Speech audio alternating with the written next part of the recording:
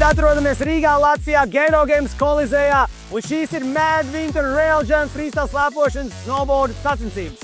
Mums ir tā brīnišķīgā iespēja izmantot pipeline caurules, jo tie ir lieliski freestyle slēpošanas snowboard elementi.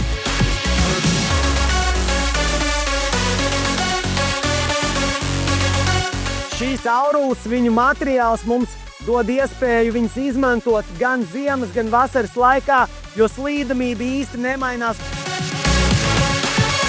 Caurules ir ļoti biezas un pietiekoši cietas, viņas nevar saplīst zem triecieniem, un mēs ar saviem draugiem bieži vien smējamies, ka šīs caurules varēs slaidot arī mūsu mazbērni.